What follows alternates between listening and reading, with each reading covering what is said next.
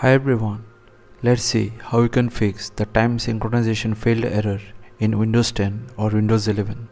To get started, simply search for services and open it. From here, find the Windows Time service. Double click on it, set the startup type to automatic and start the service if it is stopped and save the change. In the next step, search for control panel and open it. Set the view by option to large icons. Then click on date and time.